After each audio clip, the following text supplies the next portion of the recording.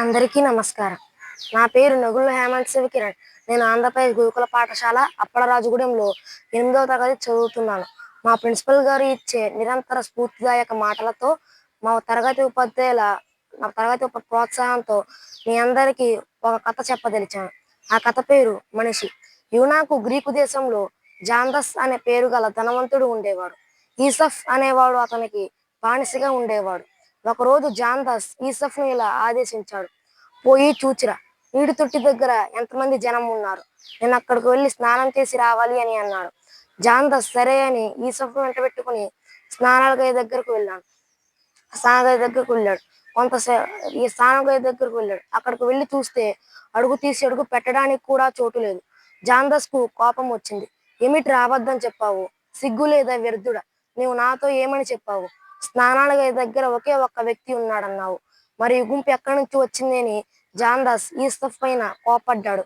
కానీ ఈసఫ్ వినయపూర్వకంగా జవాబు చెప్పాడు: అయ్యా, నేను సరిగా ఉన్న విషయమే చెప్పాను. నేను ఇక్కడికి రాకముందు త్రావులో ఓ పెద్ద రాయి పడి ఉంది. వచ్చే పోయే వారికి ఆ రాయి తగులుతుంది. ఆ రాయి తగిలిన వారు క్రింద పడుతున్నారు. కానీ ఏ ఒక్కరికి దాన్ని తొలగిద్దామన్న ఆలోచన లేదు. కొంతసేపటి తర్వాత ఒక వ్యక్తి వచ్చాడు. ఆ వ్యక్తి తన శక్తి మొత్తాన్ని ఉపయోగించి ఆ రాయిని తొలగించాడు. నేను అలా నడుచుకుంటూ స్నానాల గది దగ్గరకు వచ్చాను. అక్కడికి వచ్చేసరికి ఒక ముసలి బిచ్చగత్తె చాలాసేపటి నుండి అక్కడ నిల్చుని ఉంది. ఆమె అక్కడ స్నానం చేసే వారిని నీరు అడుగుతుంది. కానీ ఏ ఒక్కరూ ఆమెకు నీరు ఇవ్వలేదు. ఇందాక త్రావులో రాయి తొలగించిన వ్యక్తి ఆ బిచ్చగత్తెకు నీళ్లు ఇచ్చాడు. అయ్యా, ఇప్పుడు మీరే చెప్పండి. స్వార్థపరులు, తమ కోసం తాము ఆలోచించేవారు, ఇతరుల గురించి పట్టించుకుని వారు మనుషులుగా పిలవడానికి యోగ్యులా? నాకు మాత్రం అక్కడ ఒకే ఒక్క వ్యక్తి కనిపించాడు. అతనిలో మానవత్వం ఉంది. అందుకే నేను మీతో చెప్పాను, స్నానాల గది దగ్గర ఒకే ఒక్క వ్యక్తి ఉన్నాడని. నీతి: నీవు నీ కోసం బతికితే అది పశు ప్రవృత్తి. నీవు ఇతరుల కోసం జీవిస్తే మానవ సంస్కృతి.